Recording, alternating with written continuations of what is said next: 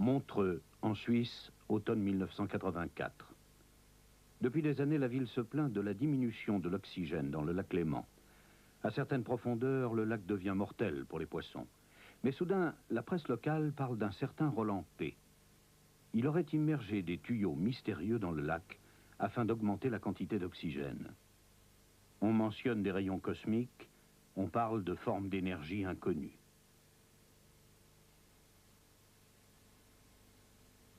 Les autorités montrent peu d'intérêt, elles ne veulent pas subventionner le procédé. Il n'y a que quelques praticiens jardiniers prêts à travailler en collaboration avec l'inventeur allemand. Des choses miraculeuses se passent. Les algues régressent, la qualité de l'eau s'améliore. L'inventeur continue tout seul.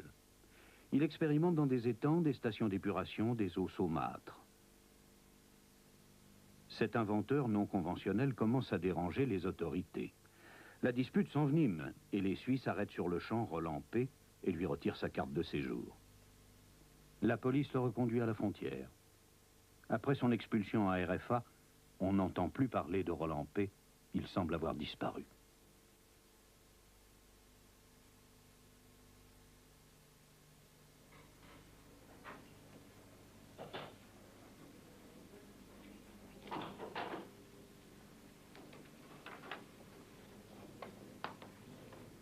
Huit ans plus tard, paraît dans une petite revue agricole de la région de Münster un article sur le traitement du purin. Une fois de plus, il s'agit de tuyaux d'oxygène immergés. L'inventeur s'appelle Roland Plocher. On a retrouvé sa trace.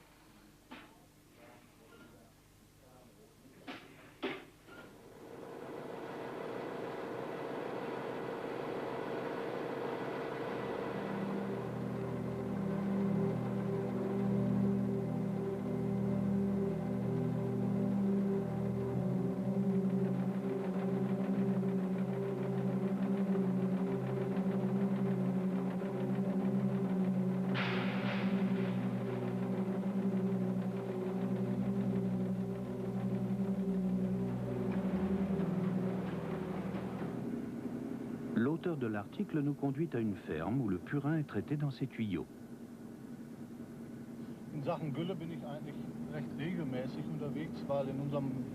Je voyage régulièrement pour des histoires de purin,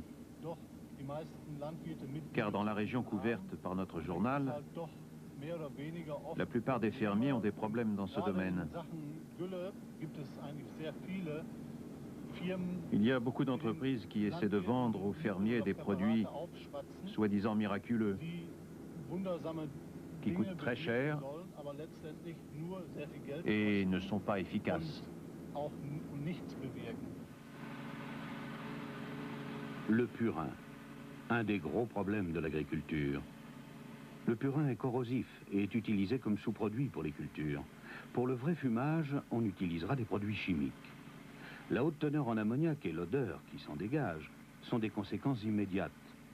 Mais grâce aux pluies, le nitrate contenu dans le purin pénètre dans la nappe phréatique, puis par l'eau potable s'infiltre dans notre alimentation.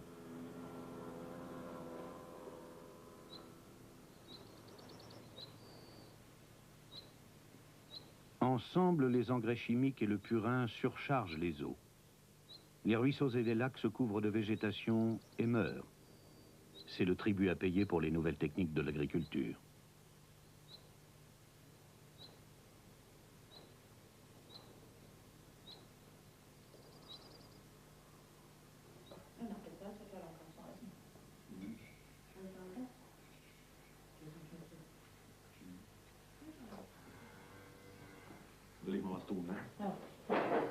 Les Dickmeyer, une entreprise familiale située à Bad Laer depuis des générations. Ils exploitent 58 hectares de terre, ils possèdent 30 vaches, 350 cochons, 2 chiens, 4 chats. La maison et la ferme sont d'un seul tenant. On utilise un minimum de produits chimiques dans l'étable. En tant que paysan, Dickmeyer connaît bien les problèmes causés par le purin. Il a tout essayé.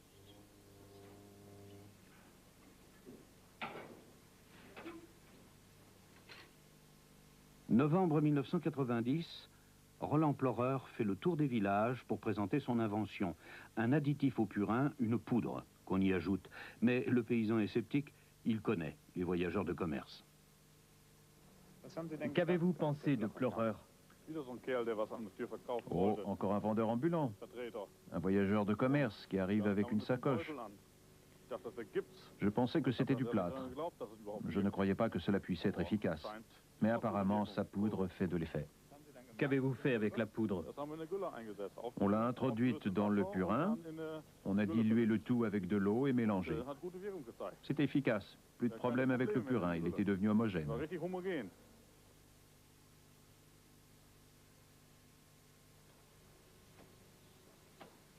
En dehors des additifs chimiques, il existe un bon nombre de procédés d'aération et de liquéfaction pour les fosses à purin.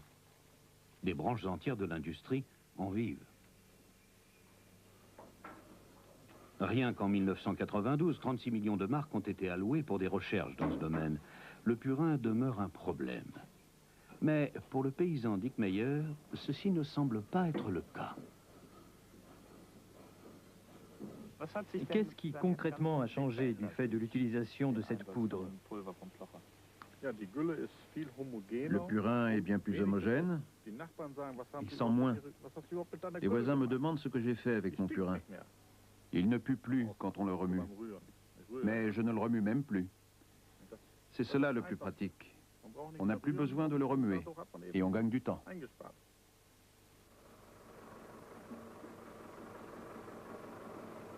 Le paysan doit remuer le purin pour qu'il reste liquide et homogène. La formation de grumeaux est un cauchemar pour un fermier.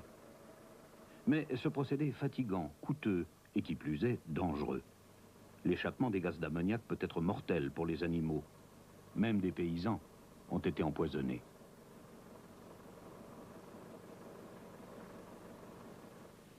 Qu'est-ce qui se passe avec le purin? Comment se fait-il qu'il change tant? Il semblerait que cette poudre ait été traitée à l'oxygène. Cela ne veut rien dire pour moi. Je ne sais pas si c'est de la chimie.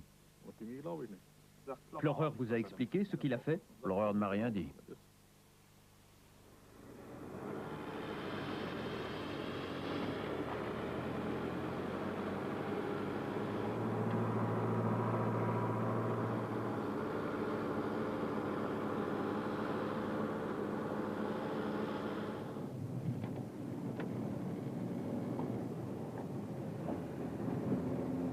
Le paysan Dick Meyer nous parle d'un lac près du village. Il semblerait que Plorer en a éliminé les algues grâce à son procédé, point de départ du projet purin. Il nous y conduit.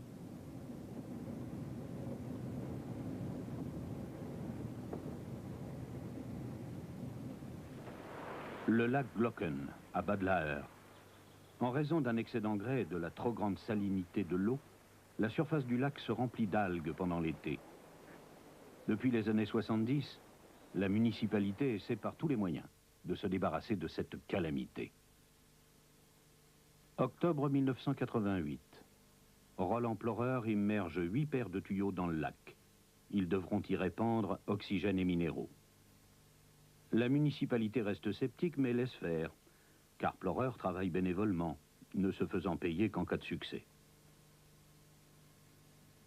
L'élimination de la couche d'algues par bateau tondeuse, spécialement conçue à cet effet, revient cher à la municipalité. On lui préfère d'autres solutions. Le lac aujourd'hui. Les couches d'algues sur lesquelles les canards se promenaient appartiennent au passé. Le fonctionnaire municipal. Est-ce que M. Plorer a expliqué comment ça fonctionne?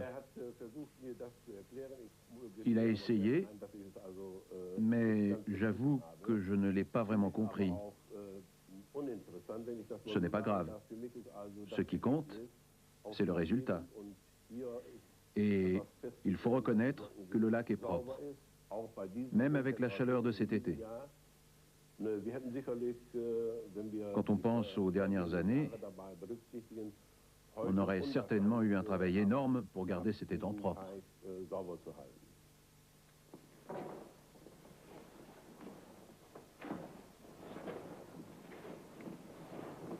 Le bateau tondeuse avec lequel on ratissait les algues est maintenant hors d'usage. Économie réalisée chaque année de 20 000 à 30 000 marks. Les résultats sont probants pour la municipalité.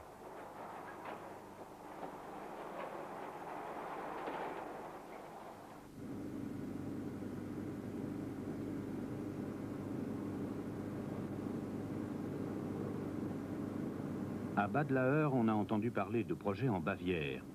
La poursuite continue vers le sud. Dans le site naturel classé de la forêt bavaroise se trouve un lac idyllique, le lac Kleiner Arber. Mais il est mort depuis plus de 20 ans. Pollution, pluies acides, toujours la même chanson. Ici aussi, Plorer nous avait précédés.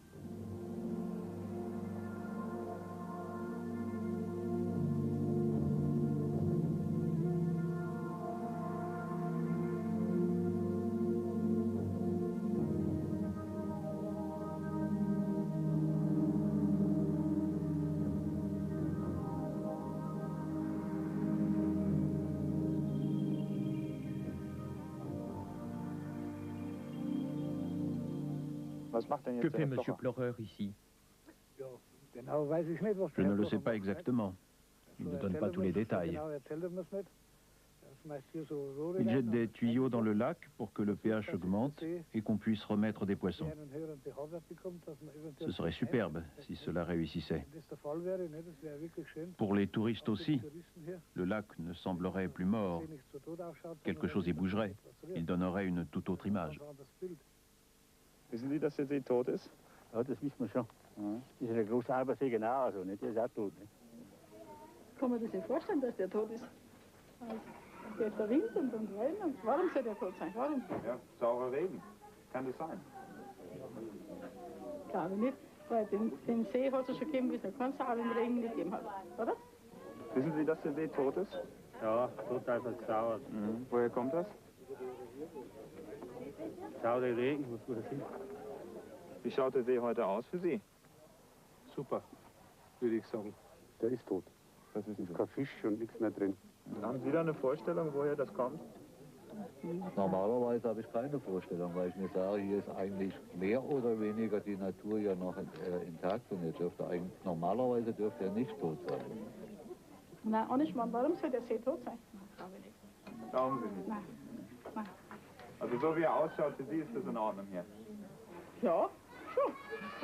Schon.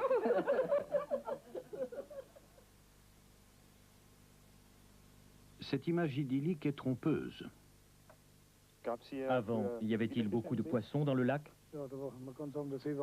Oui, le lac en était plein.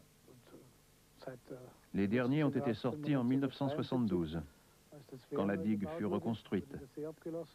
On trouvait encore quelques truites de 3 à 4 kilos. Elles ont survécu au changement, malgré l'état du lac, mais depuis ce temps-là, plus rien ne bouge. Des images datant de 1987, un paysage lunaire.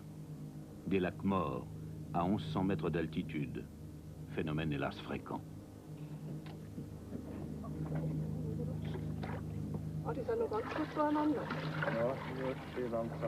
L'université de Munich procède à des expériences sur des poissons. On introduisait des truites dans le lac pour voir si elles pouvaient survivre dans ces eaux acides. Leurs branchies furent vite empoisonnées. Les toxiques les faisaient souffrir, leur respiration se modifiait. Les premières moururent au bout de 2 heures, les dernières après 9 heures. Ce jour-là, cette tragédie fut mise en scène au nom de la science. Elle se répète tous les jours dans d'innombrables lacs et ruisseaux.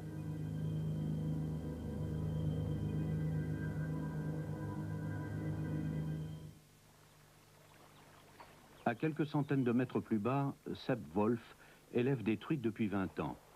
Il connaît les problèmes dus aux eaux acides. Le pH peu élevé de l'eau l'inquiète. Une fois de plus, Plorer était passé par là et semble avoir trouvé une solution.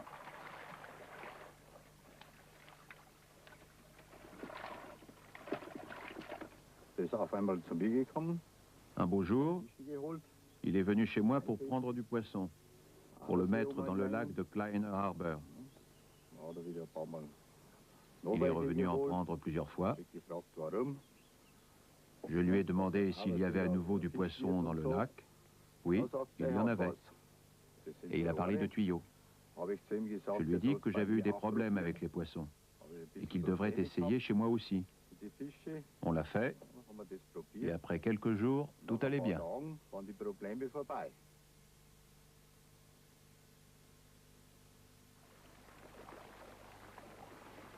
Est-ce que vous avez un étang où il n'y a pas encore de tuyaux pour voir ce que cela donne? L'étang à côté, on peut tout de suite comparer. Là où il y a des tuyaux, l'eau est claire. Là où il n'y en a pas, elle est verte, à cause des algues. Ja, gehen wir mal runter. Ja.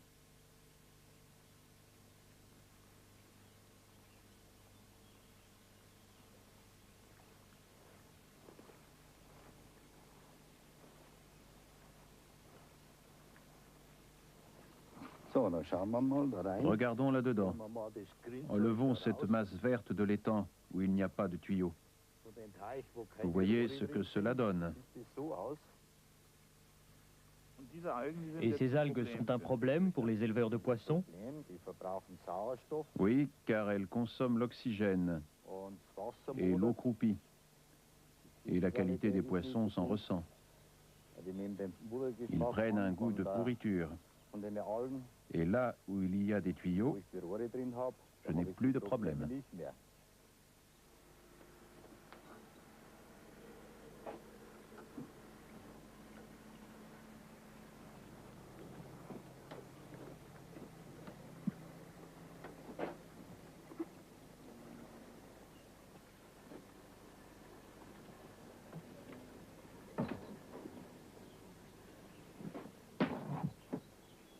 Comment cela fonctionne? Qu'est-ce qu'il y a dans les tuyaux? C'est le secret de M. Plorer. Il ne me l'a pas encore confié. J'espère qu'il me le dira un jour.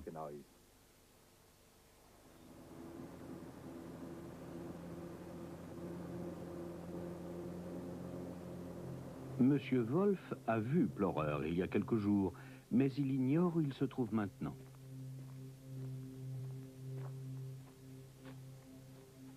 Nous continuons notre poursuite de l'inventeur invisible. Et nous avons de la chance.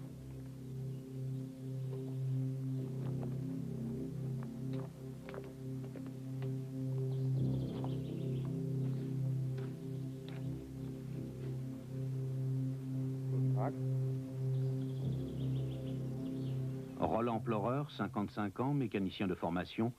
Depuis 1980, il travaille sur les énergies alternatives.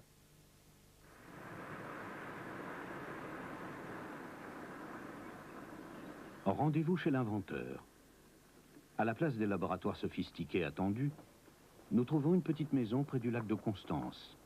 Elle sert d'atelier et de bureau.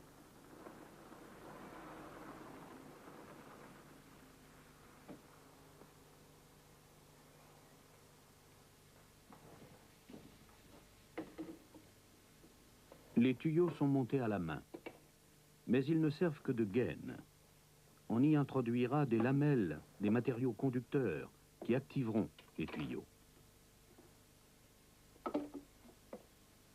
Ces lamelles ont été traitées dans un appareil, la pièce principale de son travail, mais nous ne le verrons pas encore.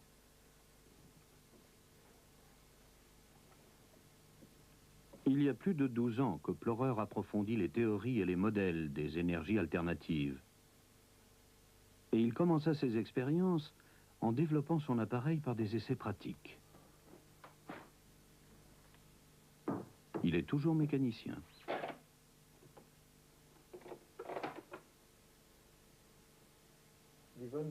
Vous vous qualifieriez comment?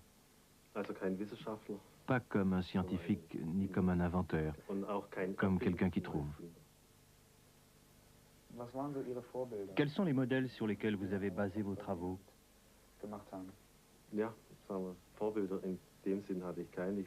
Je ne dispose pas de vrais modèles dans ce sens. Certains marginaux travaillent dans ce domaine, comme Tesla, ou Schauberger, ou Wilhelm Reich. Je me suis dit, si ces gens-là écrivent des choses pareilles, cela m'intéresse de les vérifier. Puis j'ai continué à ma façon. C'est ainsi qu'on trouve. Vous travaillez avec quel genre d'énergie? C'est un problème énorme. On pourrait dire l'énergie de milliers de gens. Mais simplifions. Nous sommes dans un espace ou dans un champ d'énergie. Et ce champ d'énergie s'épaissit, comme un rayon laser. Et avec cette énergie, on transmet des phénomènes de régulation sur des matières porteuses. Les lamelles devront se diriger afin de produire des effets. De prime abord, ceci demeure incompréhensible pour nous. Que faites-vous maintenant?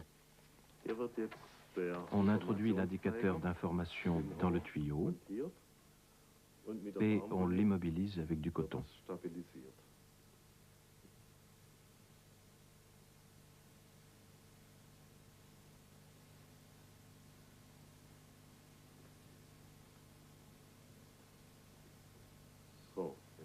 Voilà, ça y est.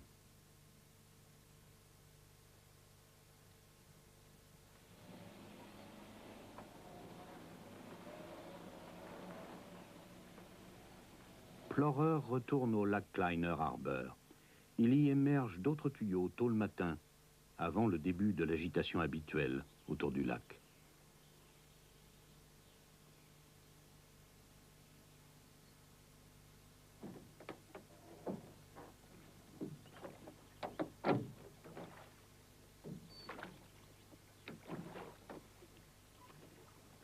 Les analyses de l'eau du lac révèlent une qualité encore mauvaise. Il expérimente des effets différents, recherche d'autres composantes pour stabiliser l'eau d'un point de vue écologique. Son objectif est de mobiliser la capacité de l'eau de s'auto-nettoyer.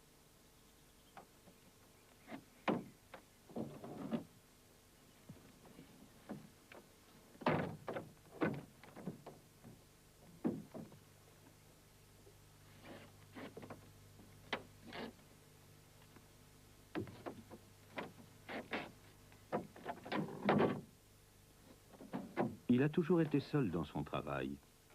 Les autorités semblent effrayées par cette approche non conventionnelle et qui n'est pas explicable. On en voit seulement les résultats. Les scientifiques sont très méfiants, mais depuis peu, leur attitude semble évoluer.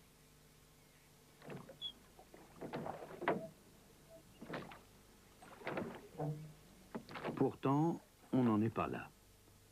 Plorer ignore encore à cette époque que ses activités dans le lac semblent suspectes aux autorités. On dirait qu'elle cherche un moyen d'entraver son action.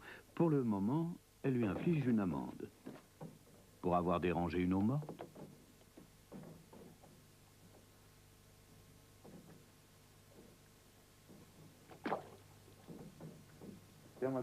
Vous avez donc développé un procédé par lequel vous pouvez transmettre l'action de certaines substances. Ne vous trouvez-vous pas confronté à la science traditionnelle? Bien sûr, mais je ne cherche pas des preuves pour la science classique. Ce qui m'importe, c'est de trouver des débuts de solutions pour notre espace vital, pour l'environnement, pour qu'on puisse résoudre certains problèmes.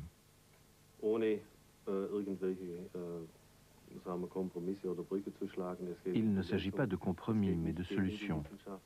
Je ne m'oppose pas à la science. Il faut conserver notre espace vital ou le rendre à nouveau vivable. Un de vos premiers champs d'activité est l'agriculture.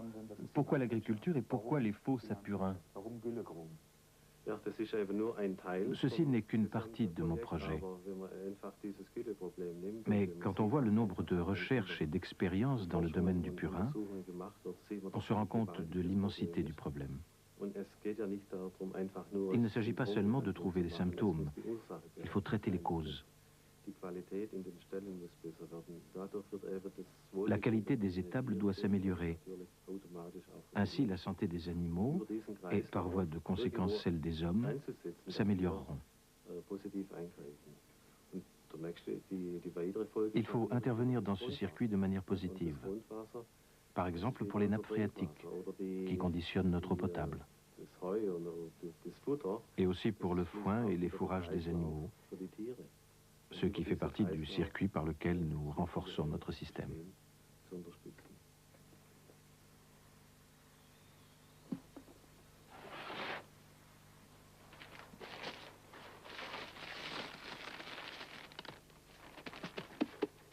Farine minérale et farine d'algues, d'autres éléments d'information, comme ils les appellent.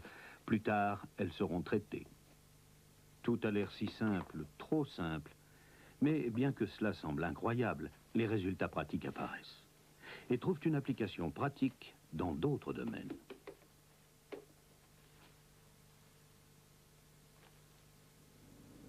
Qui sont ces gens qui travaillent avec ce système? Quels sont leurs buts et leurs idées?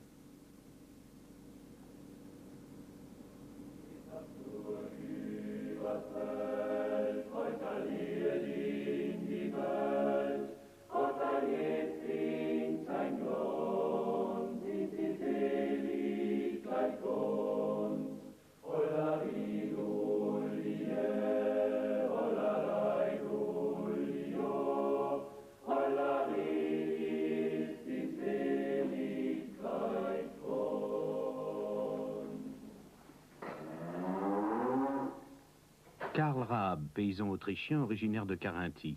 Il y a 2 ans et demi, il commençait la transformation de sa ferme en exploitation biologique. Il a déjà beaucoup expérimenté et beaucoup dépensé, eu égard au purin. Quand Plorer arriva.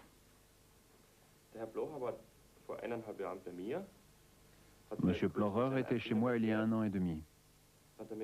Il m'a expliqué son invention. Il m'a montré les tuyaux, j'étais sceptique. Puis nous avons mis les tuyaux dans le purin. Et l'attente commença. Au bout de 2 semaines, ma fosse a débordé. Cela m'a rendu curieux.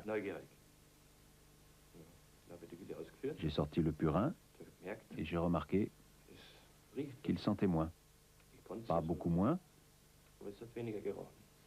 mais l'odeur était moins pénétrante. Bien sûr, j'étais très surpris.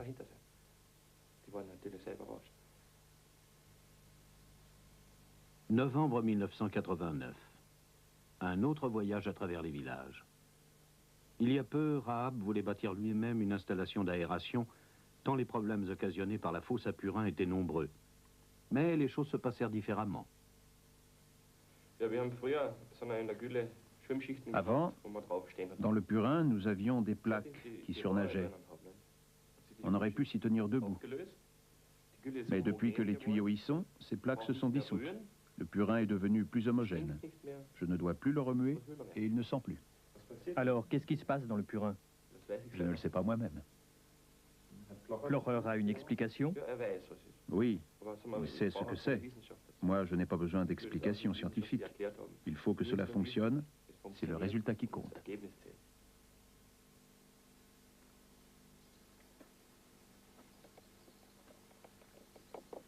Après les premiers succès remportés avec le purin, on procède à d'autres expériences.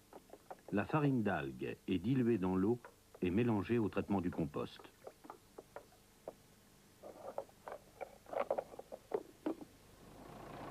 Selon Raab, le compost est ainsi prêt quelques semaines plus tôt et l'engrais s'améliore.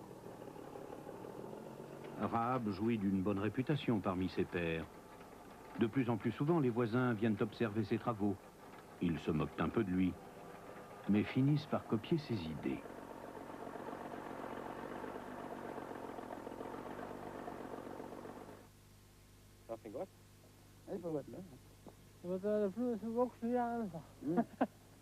Wenn wir das andere Salat schießen, sag mal, den Salatkopf kriegst du dann am einen in die Schieße. Genau. Bitte.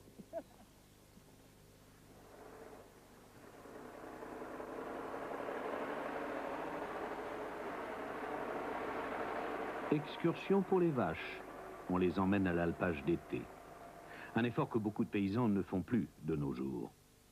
Depuis que Karl Raab attache plus d'importance à un traitement approprié des animaux, depuis qu'il considère ces terres arables autrement qu'une surface utile, il voit sa propre formation de fermier avec d'autres yeux.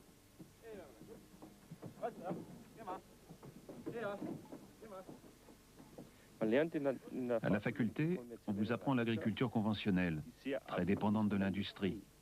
Les règles sont pratiquement fixées par l'industrie.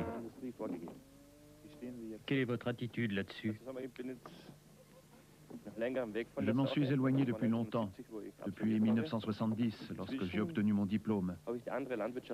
C'est alors que j'ai connu l'autre agriculture, et j'ai été effrayé par ce que l'on nous avait appris auparavant, la manière dont nous devons cultiver nos terres et la manière dont nous polluons l'environnement. Quelle est votre approche maintenant? Vivre avec la nature, qui nous montre tout. On n'a qu'à regarder le côté pratique de la nature, la manière dont elle introduit l'azote dans la terre. C'est une symbiose. Dans la terre, il y a des bactéries azotées qui ont la faculté de prendre l'azote de l'atmosphère afin de le donner aux plantes. Et nous, que faisons-nous? Nous répandons de l'azote synthétique, tuant ainsi les bactéries azotées et interrompons tout le circuit naturel. Regardez tout ce qui se passe dans la terre. Les vers morts, les quantités de plus en plus grandes de terreau. La terre devient grumeleuse, elle n'est plus meuble. Comme dit le proverbe, d'abord meurt l'arbre, puis l'eau, la terre, et après, c'est probablement le tour des hommes. Alors je me suis dit, cela ne peut pas continuer ainsi. J'ai beaucoup de collègues qui ont déjà transformé leur exploitation. Ils m'ont raconté combien c'est difficile de ramener la terre à sa forme initiale, d'en faire à nouveau une terre vivante. Car avec tous ces produits synthétiques, avec toute cette chimie, nous avons tué la terre. C'était pratiquement une terre morte. Il faut bien 3 ans pour redonner vie à la terre, avec de l'humus et du purin traité, pour réintroduire la vie dans cette terre comme elle était avant. Ce que fait Plocher, cela s'inscrit-il dans le concept de l'agriculture biologique? Je dirais que le système Plocher est pour nous tous la sortie de l'agriculture conventionnelle. Nous pensons autrement, nous avons des substances différentes à notre disposition, et quand on pense autrement, on trouve d'autres voies. Quand vous offrez des solutions pour certains domaines, est-ce que le système Plocher ne devient pas en quelque sorte un alibi pour d'autres pollutions, comme le pot catalytique est devenu un alibi pour l'automobile? Il est très important qu'une telle tendance ne s'installe pas. Quand on travaille avec ces énergies nouvelles, on change d'optique. Ce n'est pas comme chez les automobilistes qui prennent le pot catalytique comme une excuse pour foncer. Parmi tous ces gens que je rencontre, je trouve une nouvelle disposition d'esprit qui s'installe en douceur. Une nouvelle disposition d'esprit. Les gens deviennent plus conscients. Ils réfléchissent au fumage, à la manière de s'occuper des animaux, etc.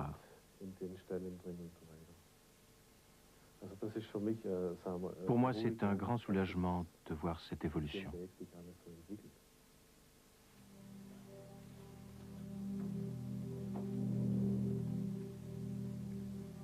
L'atelier de Plocher, ses appareils, sa pièce maîtresse. Tout ceci n'est pas du tout spectaculaire. Un puits couvert, un coffrage en bois, une bouteille d'oxygène. Mais il ne nous livre pas tous ses secrets.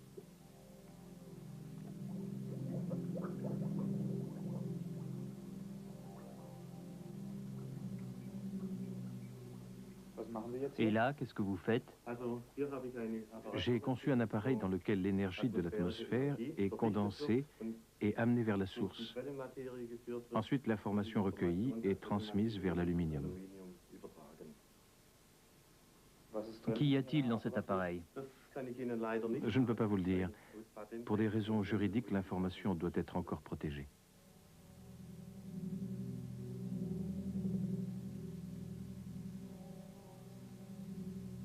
Le bricoleur ne s'occupe que fort peu de théorie. Il préfère la mise en pratique, en coopération avec des fermiers, des jardiniers, des éleveurs de poissons. Pourtant, son attention se porte principalement sur quelque chose d'autre. L'eau a quelle importance pour vous? Une importance primordiale. C'est l'élément clé pour le développement de la vie. C'est pour cela qu'on dit l'eau est le sang de la terre. Ce que le sang est pour l'homme est connu. Quand la marche de la nature est troublée, on a les problèmes qu'on connaît.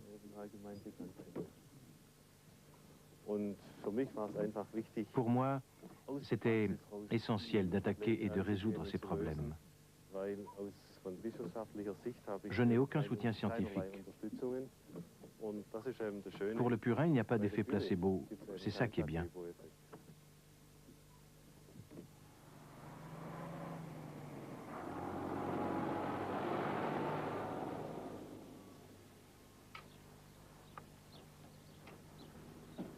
Une autre ferme, c'est une école spécialisée de Carinthie qui forme des agriculteurs, et pas seulement en classe, en travaux pratiques.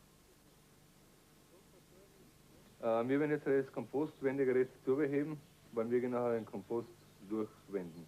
Zu dem Zweck kein paar du fährst mit dem Traktor drüber. Des paysans de la région ont parlé du système Plorer.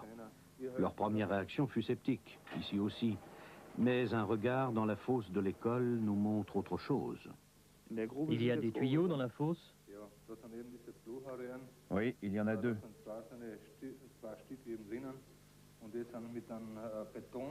Ils sont lestés avec du béton pour qu'ils restent solidement ancrés au fond.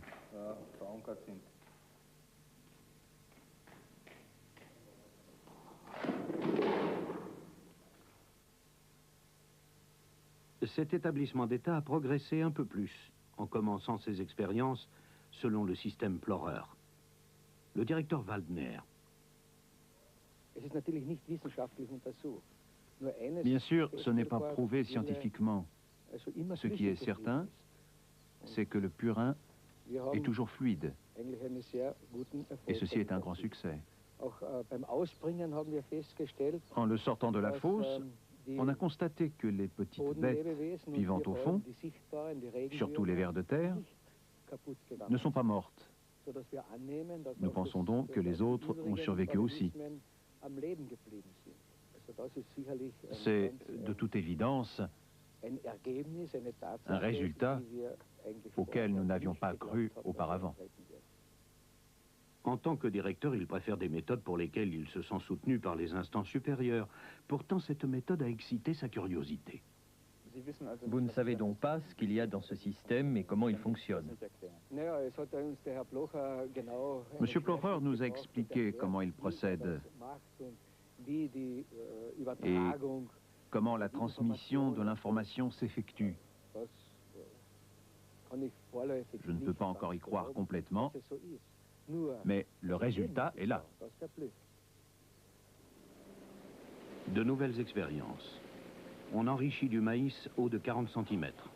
Une folie, s'il s'agissait de purin non traité, les plantes seraient endommagées. Mais là, il n'y a ni brûlure, ni corrosion. D'après les fermiers, le purin traité est mieux assimilé par les plantes et devient donc moins nocif pour les eaux souterraines. D'après vous, quel rôle joue la science dans tout ceci? À mon avis, la science a échoué dans cette affaire et elle ne veut pas encore coopérer. Je pense que s'il y a des phénomènes inexpliqués dans l'agriculture, la science a le devoir de les approfondir et de les expliquer. Je dirais aux scientifiques, regardez ceci, faites vos investigations et donnez-nous une explication. Il y a de nos jours une tendance à tout expliquer, même dans la science. Est-ce que l'homme connaît déjà tout?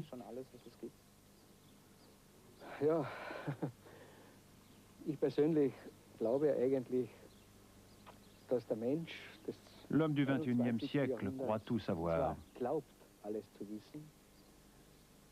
En réalité, nous comprenons très peu de tout ce qui nous vient du cosmos, de l'univers. Et pourtant, nous sommes une partie de cet univers. À la ferme Goldbrunn, après des récoltes records, on envisage d'autres expériences avec le système Plorer. Réalisez-vous toutes les implications de votre invention? Au début, j'avais un problème personnel énorme, car je n'avais pas réalisé toutes les perspectives qui s'ouvraient. Puis je me suis limité à certains faits, à certaines démarches. La première est l'agriculture, le problème du purin, et de là, on arrive à l'eau, aux nappes phréatiques, à l'approvisionnement en eau potable. Ceci doit occasionner des tas de problèmes et de confrontations. Pour qui? Pour qui pensez-vous qu'il y ait des confrontations? Pas pour moi. J'apporte ma contribution, et si elle est refusée par certains scientifiques, ce n'est pas mon problème.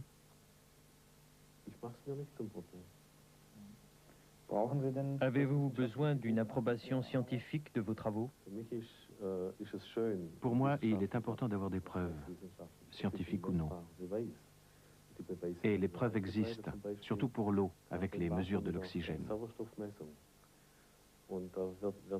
Et là, on trouve des facteurs intéressants. Par exemple, plus la température est élevée, plus la teneur en oxygène l'est aussi. Bien sûr, ceci contredit tous les manuels. Mais pour lui, il y a d'autres choses à faire. Plorer est de nouveau sur les routes. Et les scientifiques sont sur ses traces. L'École fédérale de l'agriculture alpestre, Autriche, la Chambre d'agriculture à Münster, l'Institut de recherche en agriculture à Oldenburg, celui de Jena et beaucoup d'autres. Tous veulent entreprendre des expériences, veulent se familiariser avec les méthodes Plorer. Pourtant, Plorer poursuit son chemin par la pratique. Les demandes affluent de plusieurs pays. Le Danemark expérimente le purin enrichi. En Espagne, on obtient des résultats prometteurs et on appliquera le système sur une grande échelle. En Italie, on fait des expériences avec le purin et aux États-Unis, on traite des lacs avec le système Plorer. Le voilà parti pour les Pays-Bas, le pays où l'on risque d'étouffer dans le purin et où les eaux usagées et l'eau potable sont sévèrement touchées. Le parcours de Plorer est loin d'être achevé.